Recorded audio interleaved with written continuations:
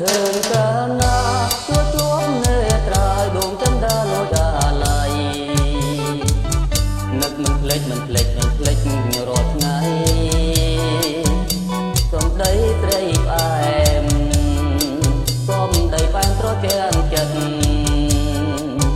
តើគូព្រេងអ្នកណាវាស្នាខ្ញុំមានឬទេក៏នៅទុំនេឬទេឬក៏ស្នេហ៍គេមើលហើយឆ្លើយប្រាប់ខ្ញុំផង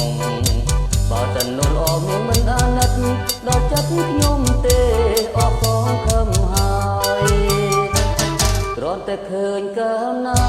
ជួបជួបនេត្រាយដួងចន្ទាលួចអាឡ័យនឹកមិនភ្លេចមិនភ្លេចមិនភ្លេចរាល់ថ្ងៃសំដីស្រីផ្អែមសំដីបានត្រជាចិត្តតើគូព្រេងអ្នកណា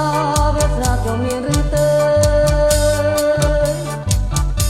ក៏នៅទុំនេឬទេ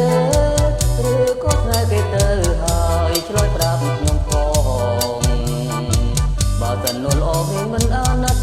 ដល់ចិត្តខ្ញុំទេអស់សងខំហើយ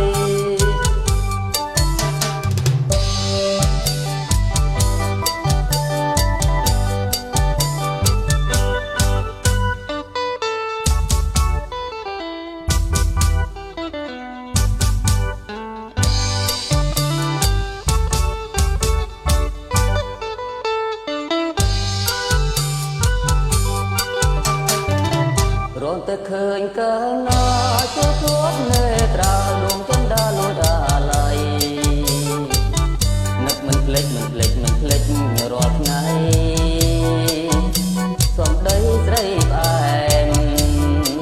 សំដីផ្អែមត្រជាចិត្តតើគូព្រេងអ្នកណាវាស្នាខ្ញុំមានឬទេក៏នៅទុំនេឬទេឬក៏ស្នេហ៍គេទៅហើយឆ្លើយប្រាប់ខ្ញុំផងបើសិននោះល្អនឹងមិនអាណិតដល់ចិត្តខ្ញុំទេអស់សងខំហើយអូនតែឃើញកាលណាជួបជួបនេត្រាយដួងចន្ទាលួចអាឡ័យនឹកមិនភ្លេចមិនភ្លេចមិនភ្លេចរាល់ថ្ងៃសំដីស្រីផ្អែមសំដីបានត្រជាចិត្តតើគូព្រេងអ្នកណាវាស្នាខ្ញុំមានឬទេក៏នៅទុំនេឬទេឬក៏ស្នេហ៍គេទៅហើយឆ្លើយប្រាប់ខ្ញុំផងបើសិននោះល្អមានមិនអាណិតដល់ចិត្តខ្ញុំ